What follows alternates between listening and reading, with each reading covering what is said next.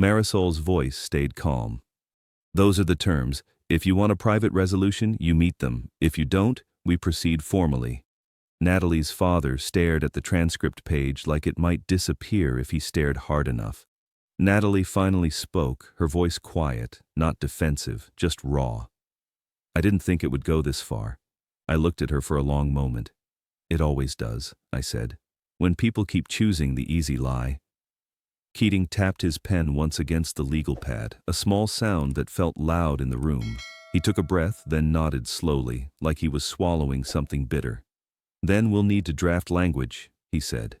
Marisol didn't smile. She just opened her folder a little wider. Good, she replied. We already started. Keating's eyes flicked to Natalie's parents, then back to Marisol. Give us time, he said. Marisol answered without emotion. You have today. And for the first time since I'd walked into that conference room, I could feel the balance shift.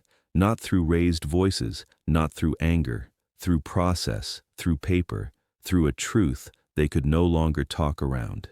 Keating gathered the pages in front of him, and Natalie's mother reached for her water glass with a hand that wouldn't stop shaking. Marisol leaned slightly toward me and spoke quietly, just for me.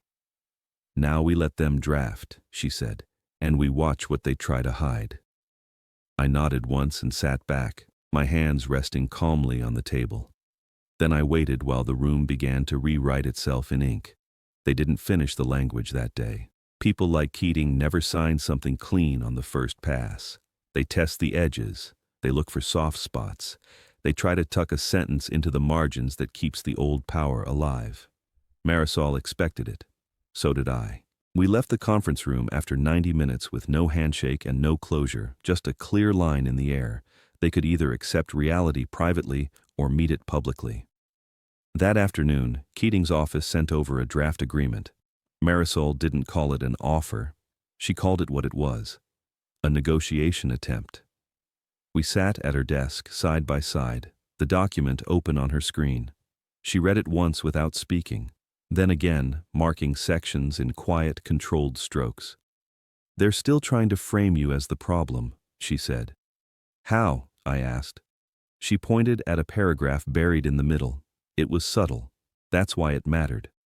A line suggesting I had initiated reputational harm through unauthorized acquisition of private information.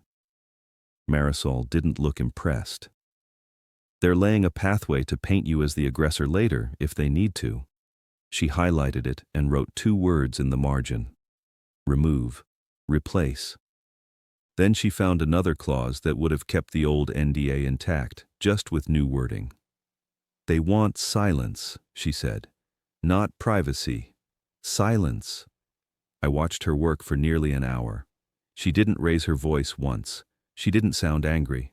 She sounded like someone cleaning a wound properly. When she finished, she turned the screen toward me. This is what we're sending back, she said. It was shorter, cleaner, more direct. It had the 3 terms I'd named, but written in language that couldn't be twisted. A written retraction and non-defamation clause, naming me specifically and prohibiting any future, informal narrative meant to portray me as bought, vindictive, or unstable. A restoration section listing assets and contributions with concrete numbers, dates, and account references. No vague promises. No good faith language.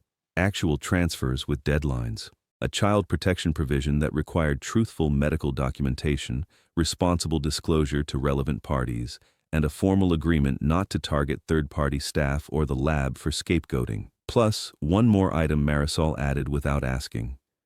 A preservation requirement. Any emails, texts, internal notes, and medical communications related to the divorce timing and paternity test had to be retained. No routine deletion. No lost devices. It wasn't dramatic. It was structural. Marisol hit send at 4:18 p.m. Then she looked at me. Now we wait, she said, and we document everything they do while waiting. That evening, my phone buzzed with a call from Natalie. I didn't answer. She texted instead. I'm not sleeping. Please, just talk to me. I stared at the message for a few seconds, then typed slowly, keeping it simple and factual. All communication goes through counsel. I set the phone down, not to punish her, to keep the same rule in place for everyone. The next morning, Keating responded. His reply was short, almost cold, but it contained one important shift. He didn't argue about the audio. He didn't deny it. He asked for a meeting. Neutral setting. No phones. Efficient resolution. Marisol didn't let them choose the place this time. She booked a glass-walled room at a business center downtown, a space that belonged to no one. Bright. Public adjacent. The kind of room where people behave because they know they're visible. We arrived early. The coffee pot in the corner was already on, but no one poured a cup. It smelled bitter and stale, like it had been warmed too long. I sat with my hands folded, watching a few drops of rain slide down the window pane in slow lines. At 10:06 they entered. Natalie's parents first, shoulders tight, faces pale. Keating last. Natalie came in behind him, slower than everyone else, as if she'd been physically dragging herself to the table. Her eyes went to me for half a second, then down again. She looked like someone who'd been trying to hold two stories at once and finally understood they couldn't both survive. Keating placed a revised document on the table. Marisol didn't reach for it immediately. She didn't play along with their pacing. She said, "Before we discuss language, we confirm the record." Keating's expression didn't change, but his eyes sharpened. Marisol slid a one-page timeline across the table. Dates, times, emails, the wire confirmation, the courthouse filing, the prenatal appointment, the expedited results window, the clinic's chain of custody email, the unknown number messages, the diner meeting time and location, documented by my own time-stamped notes and a receipt. Then she slid one more page, a preservation notice already filed with her office and prepared for formal submission if needed. Keating glanced at it and set it down like it was heavier than paper. Her father tried to speak. His voice came out rough. "This is excessive." Marisol didn't look at him. She looked at Keating. "It's necessary," she replied. Keating exhaled through his nose, controlled. "Fine," he said. "We acknowledge the timeline." Natalie's mother's hands trembled. She clasped them together tightly, then unclasped, then clasped again, like she couldn't find a position that felt stable. Marisol nodded once. "Good. Now we discuss terms." Keating opened his document. The new draft was different. Not perfect, but different. The defamation language was there. The retraction clause was there. The asset restoration section had dates and amounts. The child protection provision had been expanded, and for the first time, it included a line that mattered more than any money. A requirement that medical documentation and paternity information be handled responsibly, with appropriate disclosure to prevent future disputes, coercion, or blame shifting. It wasn't an apology. It was accountability in contract form. Marisol read it carefully, then looked up. "The only missing piece," she said, "is a clear statement that no further private payments will be offered to control speech." Keating hesitated. Natalie's father looked as if he wanted to protest, but he didn't. Keating said, "You're asking for us to admit intent." Marisol's voice stayed even. "I'm asking you to stop practicing it." He stared at her for a long moment. Then he nodded once. They added the line. It was small, almost plain, but it did what it needed to do. No additional compensation offered or demanded in exchange for silence outside the scope of privacy protections related to the children. Marisol wrote a note on her pad, then glanced at me briefly. This was the moment I could speak if I wanted to. I didn't feel the need to. The evidence had spoken. The timeline had spoken. Their changes had spoken. But Natalie did speak. She didn't look at her parents when she did. She looked at the tabletop like it was safer than anyone's face. "I didn't plan it," she said quietly. "Not like this." No one interrupted her, not even her mother. That was new. Natalie's voice stayed small. "They told me it would be handled, that you'd be fine, that the money would make it clean. I didn't." She swallowed. "I didn't understand what I was agreeing to." Marisol didn't respond emotionally. She asked a practical question. "Were you pressured?" Natalie didn't answer quickly. She took a breath, then nodded once. Her father's face tightened. Keating stared at a spot on the table as if he'd decided not to hear it. Marisol wrote 2 words on her pad: material concealment. Then she closed the folder and said, "We have enough." That was the end of debate, not because anyone had surrendered emotionally, but because the process had finished its job. Keating signed last. He pressed harder than he needed to, leaving a darker groove in the paper. It was a small thing, but it told me how much control he felt slipping. When the last signature was done, no one celebrated. No one smiled. We stood to leave. Natalie opened her mouth, as if she wanted to say something directly to me. An apology, maybe. A memory. A request that I soften the moment for her. I shook my head once, not cruelly, just clearly. "You don't need to say anything," I told her. "You already did when you let them speak for you." Her eyes filled again, but she didn't argue. Outside, the air felt cooler than it had earlier. Rain had stopped, and the pavement reflected the pale sky like a clean surface. Marisol walked with me to my car. She paused beside the door. "You did what most people can't," she said. "You didn't chase the truth. You let it come to you, and then you handled it like a system." I nodded once. It wasn't a victory. It wasn't revenge. It was a conclusion written in boundaries. I drove home without music, hands steady on the wheel. When I pulled into my driveway, the house looked the same as it always had, but the inside of it wouldn't. I sat in the car for a moment, engine off, listening to the quiet. Then I stepped out, walked to the front door, and took my key out slowly. And before I went in, I decided exactly what the next rule would be. I changed the locks the same afternoon I got home. Not in anger, not to make a point, just because it was time to stop living as if the old version of my life still had keys. The locksmith was quiet and professional. He laid his tools out carefully on a towel, worked in steady motions, and tested each bolt twice. When he handed me the new set of keys, they felt ordinary in my palm, lighter than I expected. After he left, I walked through the house slowly. I opened a window in the kitchen and let cold air move through the room.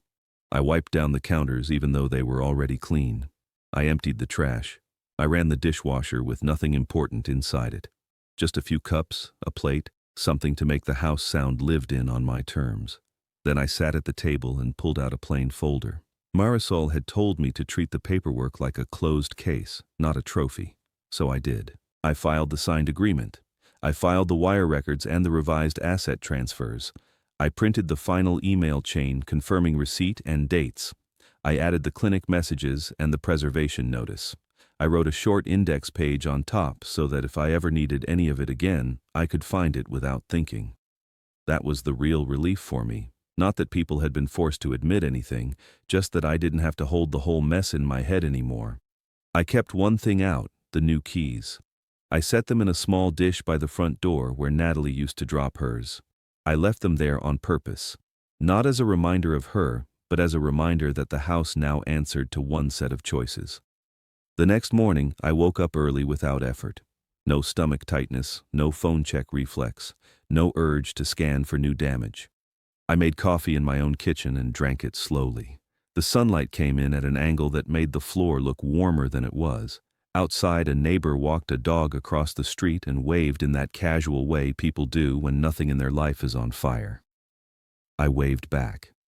Later, I drove to the hardware store and bought a few small things I'd been putting off for years. A new smoke detector, a set of batteries, a simple doormat, nothing dramatic. Just basic maintenance that made the place feel like mine again. In the afternoon, I deleted old contacts, not just Natalie's number, her parents, Greg, Keating, people connected to the version of my life that ran on pressure and silence. I didn't block them to be aggressive. I removed them because I didn't want their names showing up on my screen like they still had permission. When I reached Natalie, I paused for a second, not because I wanted to keep the door open, because closing a door cleanly deserves a moment of respect. Then I deleted it. That night, I took a walk near the river trail a few miles from my house. The path was damp in spots from earlier rain. A couple passed me, talking quietly. An older man jogged by at a steady pace, not fast, just consistent. I liked that. Consistent. I stopped at a bench for a few minutes and watched the water move. It didn't care about anyone's secrets. It didn't speed up for anyone's panic. It just moved the way it always had. That's when I noticed something else. I didn't feel victorious. I felt unburdened. A few days later, Marisol called with a final administrative update. "Transfers are scheduled," she said. "Retraction language is signed. Communication boundaries are in place. If anyone violates it, we respond through the agreement, not through emotion." "Understood," I said. She paused a moment. "You're going to hear new versions of this story," she added. "People will try to make it less ugly by changing the order, changing the reasons, changing who knew what. That's what they do." "I'm not arguing with anyone," I said. "I know," she replied. "That's why you did well." After we hung up, I sat at my desk and opened a blank note on my laptop. I wrote one sentence and saved it. Facts over noise. Then I closed the laptop and let the house stay quiet. A week later, I got a message from a number I didn't recognize. No greeting. Just a short line. "Heard you handled it without blowing up lives. I might need help with something similar." I didn't reply immediately. I read it twice and set the phone down. Some problems don't show up as problems until someone finally stops cooperating with the lie. And I had a feeling that what happened to me wasn't rare.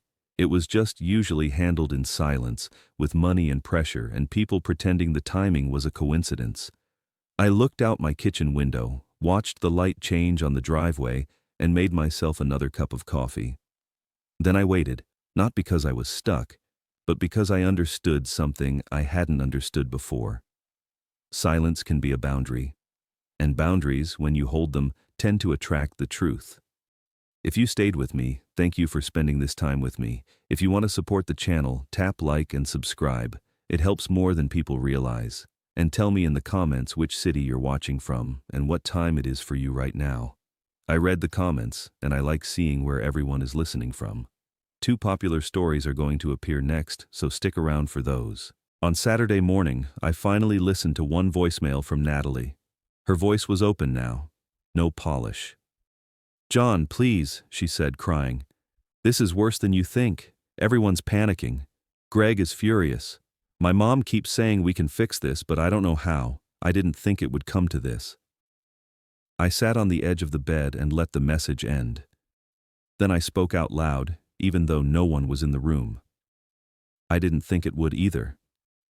By noon, an email arrived from the clinic. Subject line: clarification regarding test results. The body was short, formal, careful. There may have been an error in the chain of custody. Further review is underway. I didn't need Marisol to tell me what that meant, but I forwarded it to her anyway. She replied almost instantly, "They're buying time, don't give it to them." That evening, a call came in from a number I didn't recognize. I let it ring once, then answered. A man's voice, quiet and strained. "This is Daniel," he said. "I work with the medical group. I shouldn't be calling you." I didn't speak for a moment. Then I said, "Why are you calling?" He hesitated, then lowered his voice further, like the walls might listen. "Someone pushed for that test to be rushed. Off the books rushed. Special handling. No paper trail beyond the minimum." My grip tightened on the phone. "Who?" I asked. A pause. Then, "Not Greg." The line went quiet on both ends. "That's all I can say," he added quickly. "Just don't let them pin it on the lab techs. They're already looking for someone lower down to blame." Then he hung up. Sunday morning, social media went dark. No more wedding posts, no more photos, no captions about new beginnings. Just silence, sudden and complete. That told me more than any confession could. Sunday night, Marisol called again. "They'll reach out," she said, "probably with another offer." "I'm not for sale," I replied. "I know," she said, "but they don't." Monday came with steady rain, the kind that makes everything feel heavier without actually changing anything. I sat in a small cafe near the pier and drank black coffee that tasted like burnt wood. At 7:43 a.m., an email appeared from an encrypted address. Subject: You deserve the full truth. I stared at it for a long moment before opening it. The body contained one line. The father isn't a stranger. It's someone who's been in the room the whole time. My stomach tightened again, but it wasn't surprise. It was recognition. A second message followed seconds later. If you want proof, meet me tomorrow, 7 a.m., alone. I have the audio. I closed my laptop slowly. Outside, the waves hit the rocks below the pier with a steady, blunt rhythm, like punctuation. For the first time since I'd signed those papers, I felt the situation shift from confusion into something ordered. Not relief, resolve. I paid for my coffee, walked out into the rain, and went back to my room. Then I set my phone face down again, and I began preparing for Tuesday morning. Tuesday morning, I woke up at 5:30 without an alarm. Rain had moved on overnight, but everything outside still looked rinsed, like the world had been wiped down and reset. The air smelled faintly of wet pavement and salt. I stood at the sink in the small bathroom, rinsing my face with cold water, and watched myself in the mirror for a second longer than usual. Not for emotion, for readiness. I dressed simply. A clean shirt, a jacket, no tie. I didn't want to look like I was going to court. I just wanted to look like I knew where I was going. Before I left, I opened my laptop and made a new document. Not a journal, not a rant, a checklist. Step 1. Secure the evidence. Step 2. Verify chain of custody. Step 3. Transfer to counsel immediately. Step 4. Do not confront anyone directly. Step 5. Keep communication controlled and documented. I saved the file, printed a copy at the inn's front desk, and folded it into my notebook like it belonged there. Then I left. The diner sat off Route 9 between a gas station and a car wash, the kind of place people only notice when they need coffee before the day feels real. The neon sign buzzed. One letter flickered like it was tired of pretending everything was fine. Inside, the air smelled like bacon grease, burnt coffee, and something sweet from a pie that had been sitting under glass too long. It wasn't pleasant, but it was familiar. It reminded me of early mornings and long drives, the parts of life that don't ask you to perform. It was 6:58 a.m. I chose a booth near the wall with a clear view of the entrance, not because I felt threatened, because I didn't want surprises to pull my attention away from what mattered. I ordered black coffee, no sugar, no cream. At 7:03, a man slid into the seat across from me, baseball cap low, mask covering most of his face, plain jacket, ordinary enough to disappear in a crowd. But his eyes kept moving to the door like it might accuse him. He didn't say my name. He didn't greet me. He placed his phone on the table, face down, and pushed it toward me with 2 fingers. "I can't stay long," he said quietly. "I shouldn't even be here." "Then why are you?" I asked. His jaw tightened beneath the mask. "Because I haven't slept since Friday." I didn't reach for the phone yet. I let him talk. People tell the truth more easily when they don't feel rushed. "They told us it was urgent," he continued. "Special handling, confidential, no paper trail beyond the minimum. I thought it was just rich people being rich." He paused and swallowed. Then I asked questions, and I realized who was making the calls. My fingers rested near the edge of the phone but didn't touch it. "Who?" I said. He hesitated, then exhaled through his nose like he'd been holding his breath for days. "Keating." The name landed in my mind like a locked drawer opening. Not shock, confirmation. "He came in himself," the man went on. "Didn't send an assistant, didn't email. He stood there and smiled and said it needed to be done before the wedding, that the family couldn't afford uncertainty." I kept my face neutral. "What kind of uncertainty?" I asked. His eyes flicked toward the door again.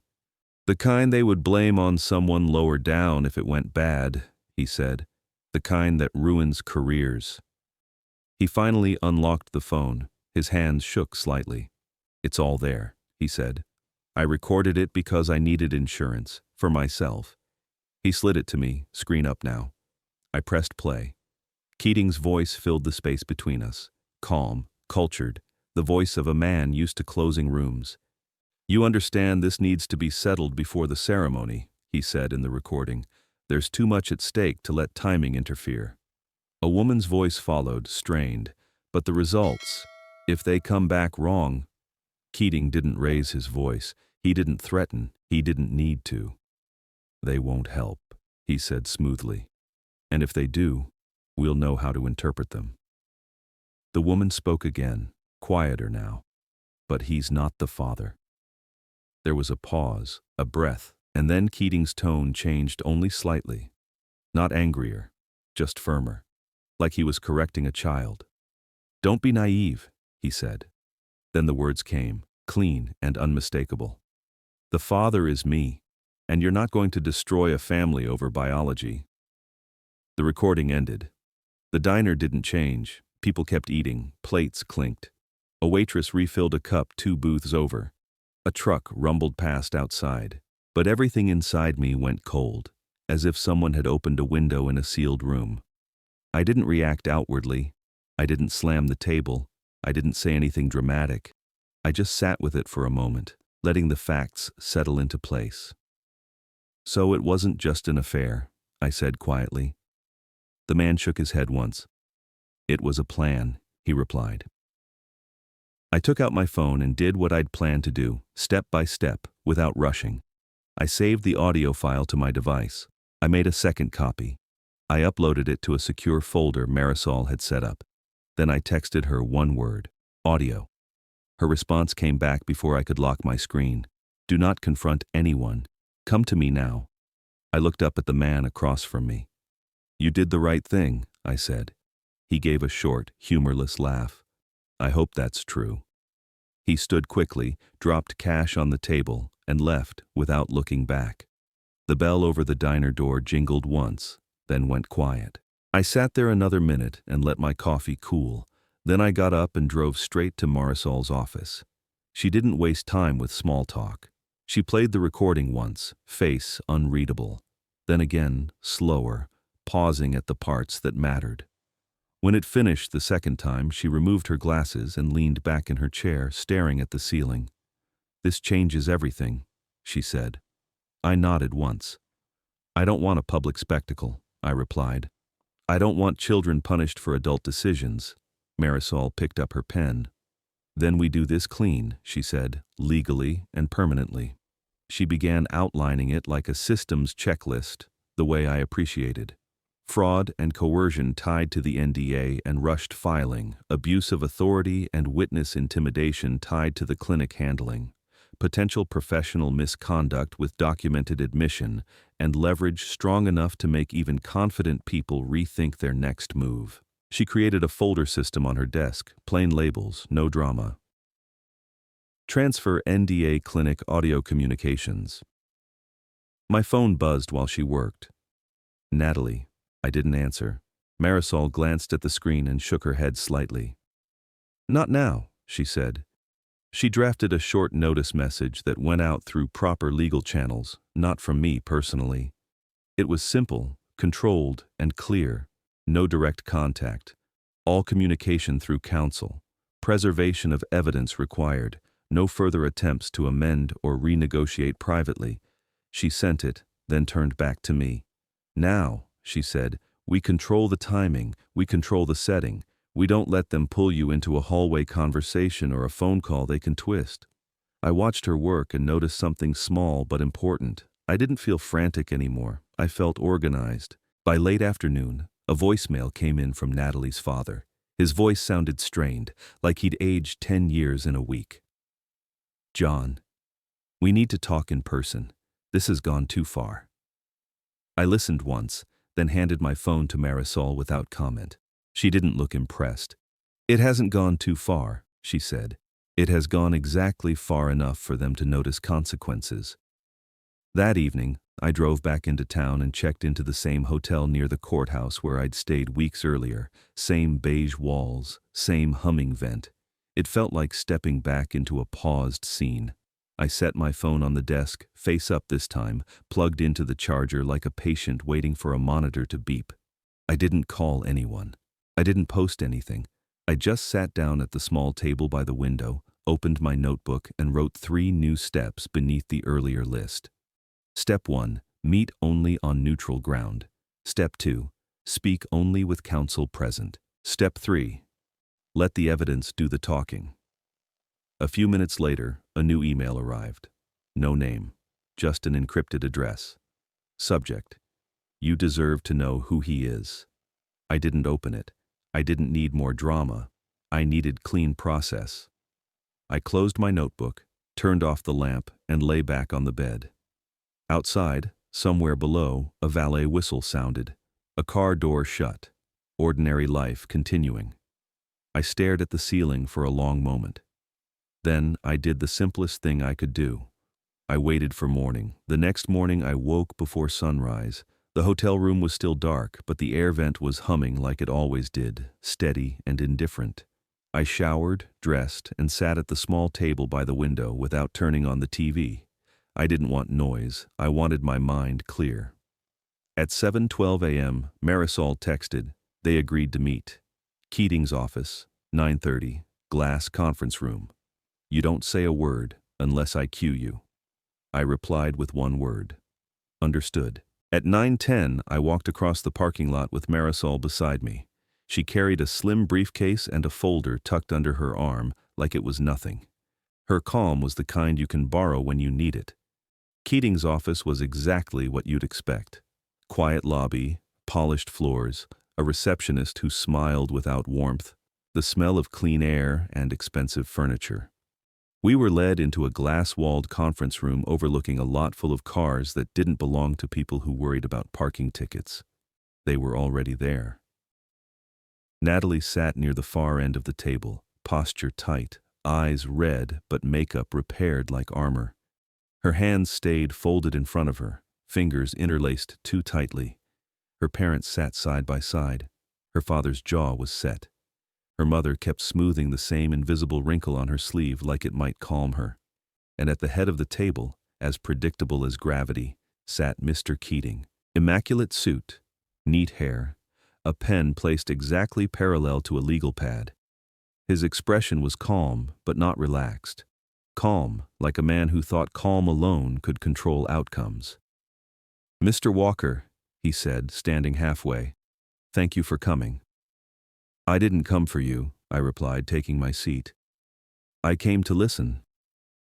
Marisol sat beside me and placed her folder on the table without opening it yet. Keating smiled politely.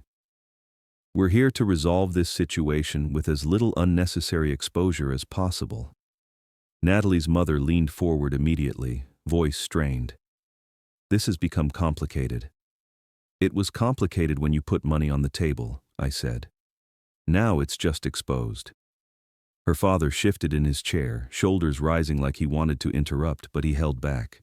Keating lifted one hand in a small, calming gesture, like he was moderating a board meeting. Let's stay constructive, he said. Marisol still hadn't spoken. She just watched. I kept my tone even. You paid me to disappear, I said.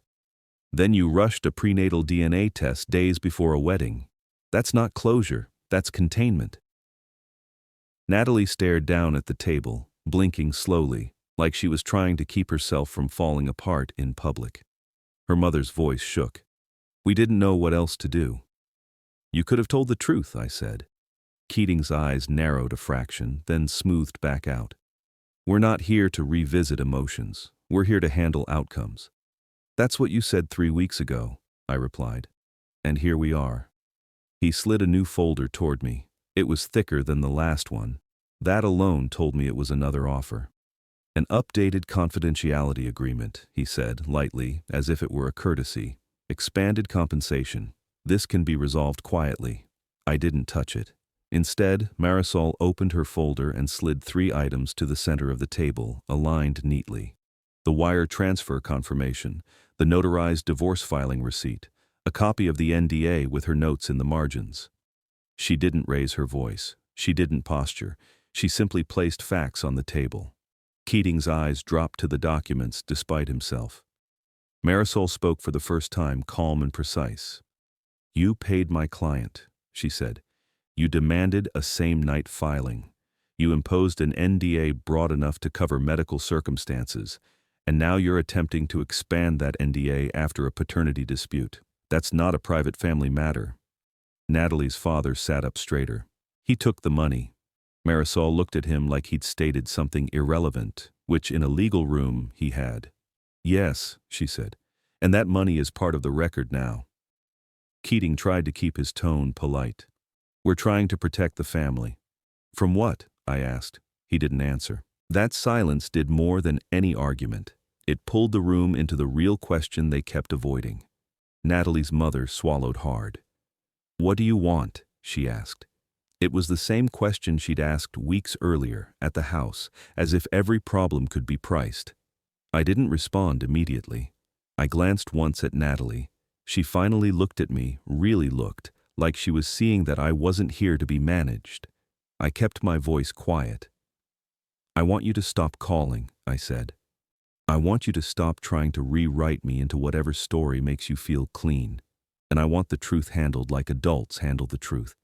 With responsibility, not bargains. Keating leaned back slightly. That's vague. Marisol didn't move. It's not vague, she said. It's just not convenient. Keating's phone buzzed on the table. He reached for it too quickly, turning it face down with an abruptness that didn't match his usual control. But I'd seen enough. The screen preview flashed for a half-second. I didn't need to read every word. I caught enough to understand what it meant. I can't hold this anymore. He's going to tell everything. Natalie's mother saw my eyes shift and followed my gaze. Color drained from her face. Keating's composure slipped, just a millimeter. Barely visible, still real. Marisol noticed too. She didn't comment. She wrote something on her legal pad. Keating cleared his throat. We should end this meeting and reconvene when everyone is thinking clearly. No, I said, still calm. This is the first time anyone in this room is thinking clearly. Natalie's father pushed his chair back slightly. This is absurd. What's absurd? I replied. Is believing you could erase someone without consequences. Keating's voice sharpened, losing that practiced softness. Mr. Walker, you need to consider what you're doing. I held his eyes. I am. Marisol slid one more item onto the table, and this time the motion changed the room. A printed transcript page, one page, not a stack, not a full recording, just enough. Keating's eyes went to it automatically. Natalie's mother's hands trembled as she reached toward it, then pulled back like it burned. Natalie's breath caught. I heard it, small and involuntary. Keating didn't touch the page at first. His jaw tightened once, a muscle jumping near his cheek. Marisol's voice stayed level. This transcript is from an audio recording, she said. We have the original file. We have a preserved copy. We have a documented transfer to counsel. And we have a witness prepared to testify regarding where and when it was obtained. Natalie's father's face turned rigid. That's illegal. Marisol didn't flinch. We'll let a court decide what's illegal. But the recording exists, and it contains admissions. That's reality. Keating's eyes moved slowly from the paper to Marisol. You're bluffing, he said. Marisol gave a small, almost tired shake of her head. No. Natalie whispered, barely audible. John. I didn't look at her right away. When I did, I kept my expression neutral. She looked smaller than I remembered, not physically, just morally. Like someone who'd been holding up a collapsing structure with bare hands and finally realized it was going to fall anyway. Keating's voice was quieter now, and that was the first time I'd heard it sound careful. What is it you actually want? He asked. Not her mother's version of the question, not the pricing question. This one carried fear underneath. I didn't raise my voice, I didn't threaten, I didn't try to win the room. I spoke like a man closing a file. 3 things. I said. Natalie's mother blinked, breathing unevenly. Keating picked up his pen slowly, like he wanted something to hold on to. I lifted one finger. First, you retract every statement, written or spoken, that painted me as opportunistic, vindictive, or bought. I will not be recast as the villain to protect your image. Natalie's mother opened her mouth, then closed it. No argument came out. Just a tight breath. I lifted a second finger. Second, what I contributed comes back to me. Assets, accounts, anything I built or funded. Not as a favor, as acknowledgement. And the confidentiality language gets rewritten. Privacy is fine, a muzzle isn't. Keating's pen hovered above the page but didn't move. I lifted a third finger. Third, you handle the consequences of this fully and responsibly for the children, not with scapegoats, not by blaming clinic staff or pretending paperwork will erase what happened. You take responsibility in a way that protects them without protecting lies. Natalie's mother's face crumpled. She shook her head once. You can't expect us to. I can, I interrupted gently, because if you don't, the next version of this conversation won't be in this room. The glass walls made the silence feel sharper. Outside, someone walked down the hallway holding a coffee cup, unaware of what was being decided inside. Keating leaned back and studied me like he was recalculating a number he thought was fixed. The DNA results arrived the same morning my ex-wife was supposed to get married.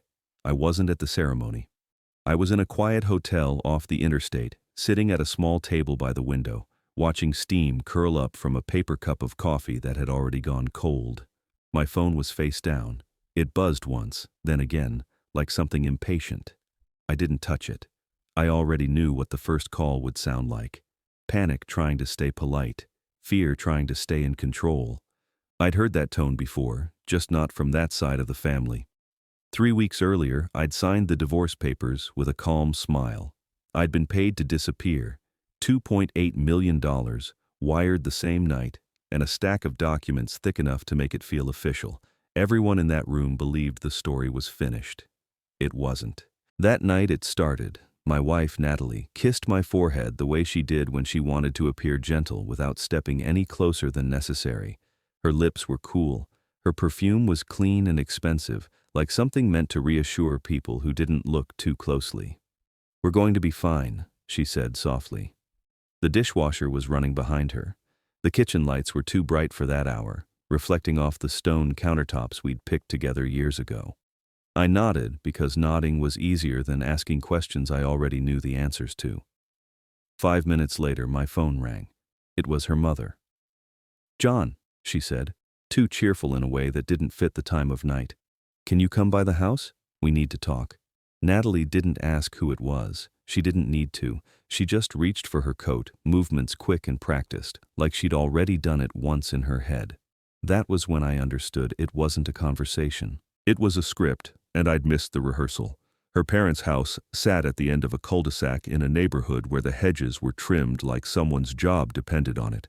The kind of place where people waved without really looking at you. Inside, everything smelled faintly like lemon polish and money. Not warm, not homey, just maintained. The art on the walls wasn't there to be enjoyed. It was there to be seen. A low table was already set with glasses we hadn't asked for. Her father sat stiffly on the couch.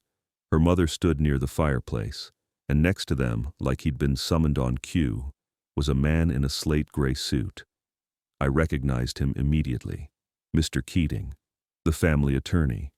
Before I could even sit down, her mother slid an envelope across the table toward me, thick, cream-colored, the kind of stationery people use when they want bad news to feel respectable. "Let's be practical," she said. I opened it. Inside was a single page with a number printed so neatly it almost felt polite. $2,800,000. "For you to sign the divorce papers tonight," she continued, as if she were explaining a warranty, "and move on with your life." Natalie stood near the window with her back to me, staring out at the street like it might offer her an excuse. She didn't turn around. She didn't speak. She just stood there, hands folded, shoulders tight. I didn't ask why. I didn't ask how long. I didn't ask who. Because betrayal rarely arrives all at once. It comes in fragments, a password changed, a late meeting, a look that passes through you instead of landing on you. I held the paper up once, then set it down. "What about the other part?" I asked. Her mother blinked, genuinely confused. "Other part?" "The truth," I said. Silence filled the room. Not awkward silence. The kind that hums like it has weight. Her father cleared his throat. "This is best for everyone." I looked at Natalie. She still didn't look back. And something in me went quiet. Not broken. Just quiet. Like a room after the furniture has been removed. I smiled once. "Congratulations," I said. Her mother frowned. "Excuse me?" "On the new chapter," I replied. "The baby, the wedding, the life you were so careful not to include me in." That got her attention. Natalie finally turned. Her face wasn't full of guilt. It was tight with irritation, like I'd made this harder than it needed to be. Mr. Keating slid a folder toward me. Divorce papers. An NDA, a confidentiality clause wide enough to cover an entire lifetime. Language that barred me from discussing the marriage, the dissolution, or anything related, personal, medical, or professional. It wasn't written to protect feelings. It was written to protect reputations. "Sign here," he said smoothly. "The funds will transfer immediately." I picked up the pen, then I set it back down. "I want this notarized," I said, "filed at the courthouse, and the wire transfer needs to be in my name tonight." Her mother's expression shifted into relief so quickly it almost made me tired. "Of course," she said, "whatever you need." They thought I was focused on the money. They didn't understand something simple. Money leaves footprints, and footprints tell stories. At the courthouse, the air smelled like old paper and cold air conditioning.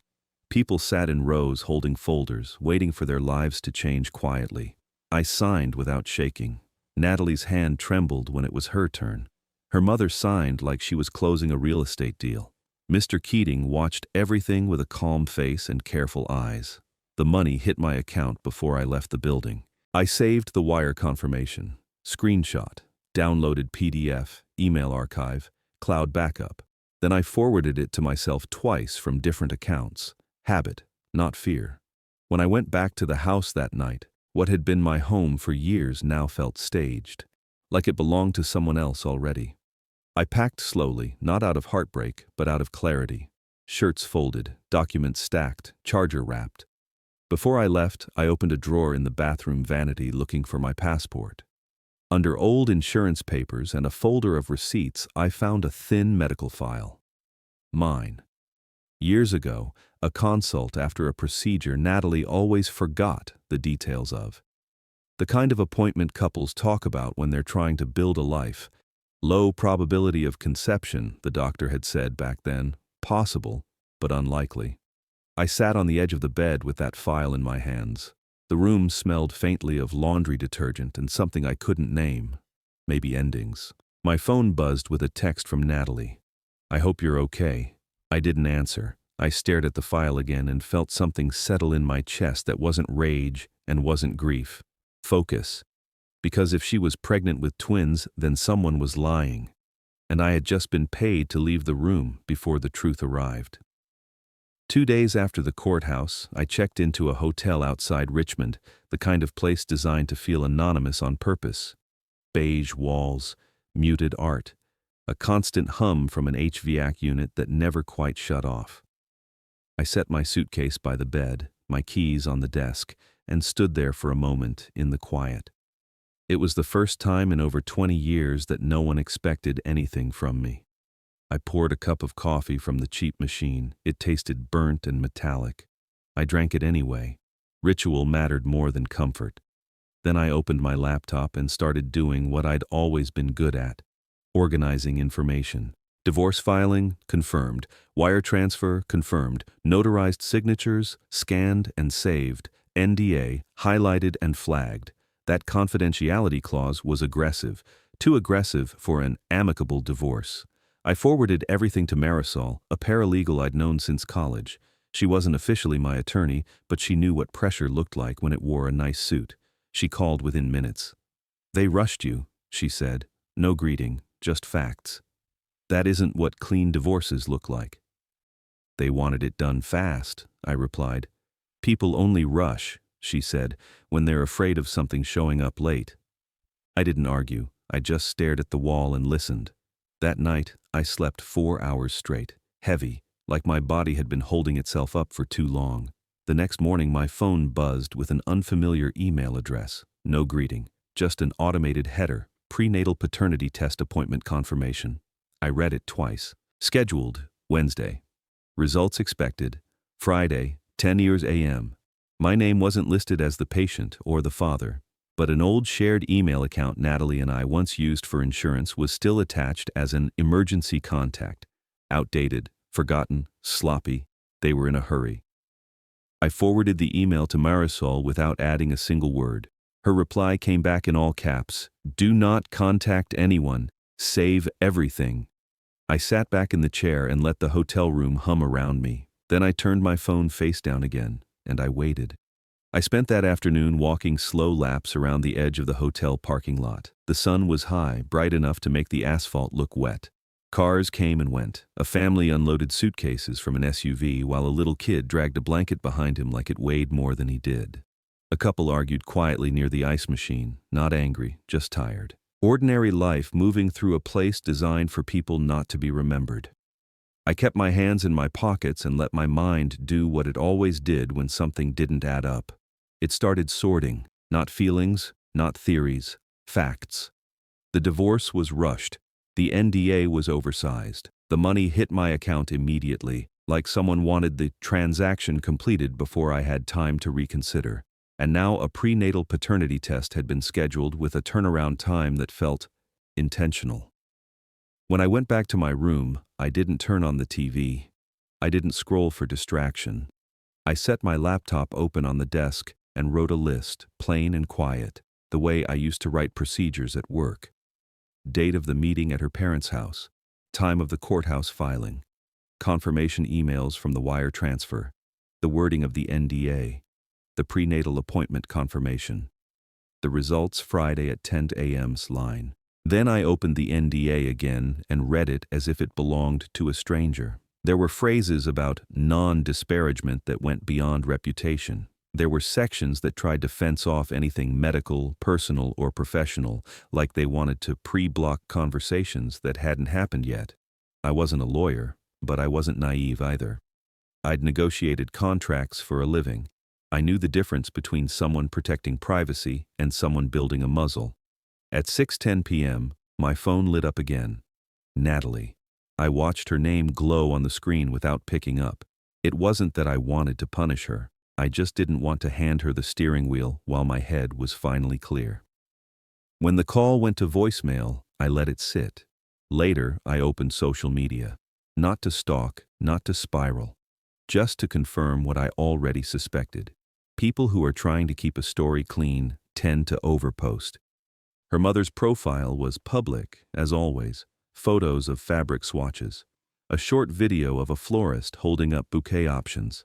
A picture of a venue sign-in board with the last name already painted in gold. The captions were polished. New beginnings. So grateful. Everything happens for a reason. It wasn't subtle, it was performance. And then there were the timing details that didn't match the tone. Wedding countdown posts alongside hospital appointment confirmations. Excitement layered over urgency. It felt like watching someone decorate a room while the foundation cracked. That night, I ate a microwaved meal from the vending area downstairs and drank another bad cup of coffee. I sat at the table by the window again, the same spot, same view of the parking lot lights, same hum from the air vent. At 11:37 p.m., a text came in from an unknown number. No greeting, no introduction. You should know they pushed the DNA results before the wedding on purpose. I stared at it for a long moment, then typed back, "Who is this?" 3 dots appeared. Disappeared. Appeared again. Then, someone who doesn't like being told what to forget. I didn't reply right away. I set the phone down and waited. Silence works better than pressure. People say more when you don't chase them. A minute passed. Another message. They're going to blame the lab if it goes wrong. They already decided that. I read it twice, then locked my screen and set the phone face down again.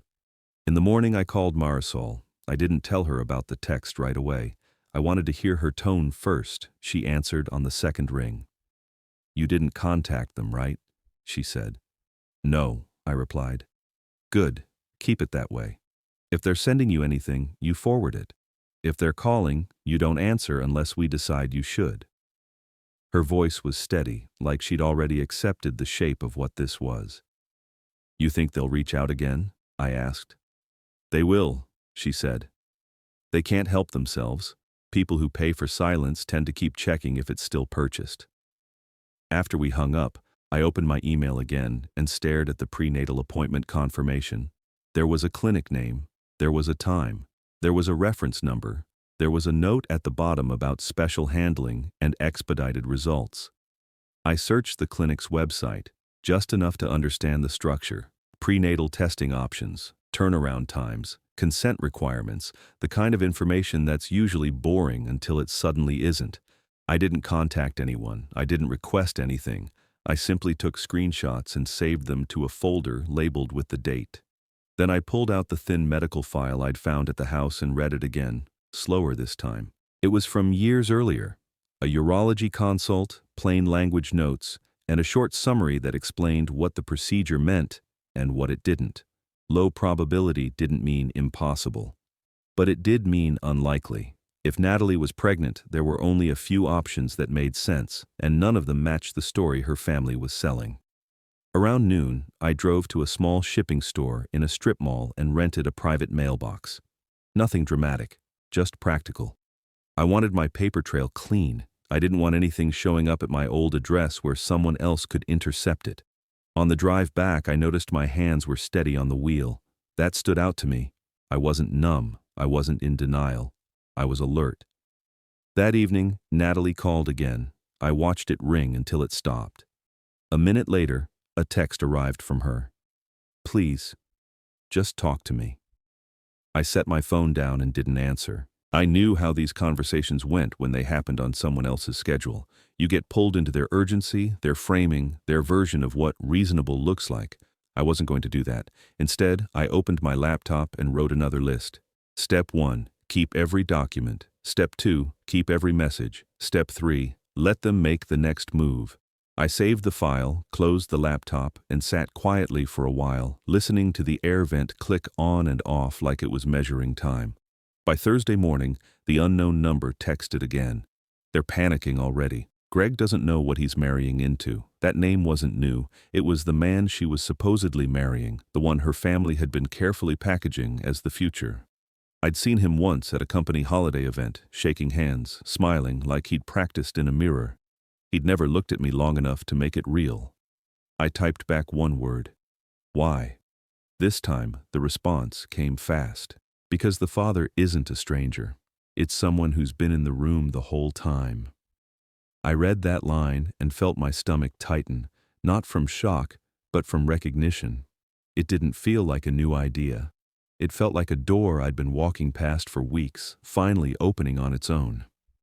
I didn't respond. I turned my phone face down, stood up, and walked to the sink. I rinsed my coffee cup slowly like I had all the time in the world. Then I looked at myself in the bathroom mirror and noticed something small but important. My face didn't look angry. It looked focused. That night, I set an alarm for 9:45 a.m. Friday, even though I'd already been waking up early. I laid out my clothes the way I would for a meeting, not because I wanted to impress anyone, because routine keeps you steady when someone else is trying to spin you. I plugged my phone into the charger, sat it on the table by the window, and left it there. Then I turned off the lights, and I waited for morning. Friday morning came in quietly. No thunder, no sudden knock at the door. Just pale light through thin hotel curtains and the soft click of the HVAC cycling on like it had all week. I woke before the alarm anyway. I showered, shaved, and dressed like I was going to an office. Dark jeans, a plain button-down. Nothing that drew attention. I wasn't trying to look like a man with a plan. I just didn't want to look like a man who'd been thrown off his own life. At 9:40 a.m., I sat at the small table by the window with my coffee. Same paper cup, same weak smell, same view of a parking lot where strangers came and went without carrying anyone else's history. I set my phone face down beside the cup, not to be dramatic, just to keep myself from reacting too fast. At 9:58, it buzzed. Once, then again, I didn't pick it up. At 10:01 it rang. I let it ring twice, then answered calmly, like I was taking a normal call. "John," her mother said. Her voice was tight, breathy, like she'd walked upstairs too quickly. "Are you somewhere private?" I closed my eyes for a moment. "Yes," I said. There was a pause, and in that pause I heard movement on the other end. Shoes on tile, a door opening and closing too hard, someone crying and trying not to be heard. "We have an issue," she said. I didn't ask what kind. I just waited. "The results," she continued carefully, "they don't say what we expected." I looked out the window at a man loading suitcases into the trunk of a rental car. He shut the trunk, then stood there a second like he'd forgotten something important. "I see," I said. Silence stretched on her end. She'd expected anger or bargaining. When she didn't get it, she sounded almost confused. "Did you know about the test?" she asked. "You scheduled it," I replied. "I assumed you'd handle the details." Her breath caught. "This isn't the time for that tone." "No," I said evenly. "It isn't." A new voice cut in, loud enough that I could hear it without him holding the phone directly. "Tell him the lab messed up," a man said. "Those tests fail all the time." I recognized the voice. Greg. He sounded irritated and scared at the same time, like a man who believed the world had promised him a clean outcome. "They don't fail like this," I said. There was a sharp sound on their end, like something had been set down too hard. A glass, maybe, or a phone. "How would you know?" Greg snapped. I could have said a lot of things. I could have said the truth that had been sitting in my chest for days. I wasn't the father, and if the tests said he wasn't either, then the story they'd built was already broken. But I didn't say it. I kept my voice level. "If you think it's wrong," I said, "run it again." A chair scraped. Someone swore under their breath. Then Natalie's voice came through, smaller than I expected, cracking like she'd been holding it together by force. "It's not wrong," she whispered. The line went dead. I stayed seated, not frozen, not stunned, just still. There's a kind of silence that isn't emptiness, it's control. It's choosing not to spill yourself into a moment that other people are trying to direct. 10 minutes later, Marisol called. "They got the results," she said. "I'm hearing it blew up." "So you've heard," I replied. She exhaled once, slow. "Good. That means they're scared." I looked at the notepad on the table. The 3 steps I'd written earlier were still there. Step 1, keep every document. Step 2, keep every message. Step 3, let them make the next move. "They're not done," I said. "No," she agreed. "They'll switch tactics." That afternoon, I checked out of the hotel and drove south. Not home, somewhere neutral, somewhere with space and water. I wanted distance, not because I was running, but because distance makes patterns easier to see. I booked a small room near the coast, outside Norfolk. Creaky floors, salt in the air. The kind of place people went to think without being watched. That night, I walked along the shoreline. The sand was cold under my shoes. The ocean moved the way it always has, indifferent to human chaos. My phone buzzed constantly. I didn't answer. Texts from Natalie, missed calls from her father, a voicemail from a number I didn't recognize that left no message at all.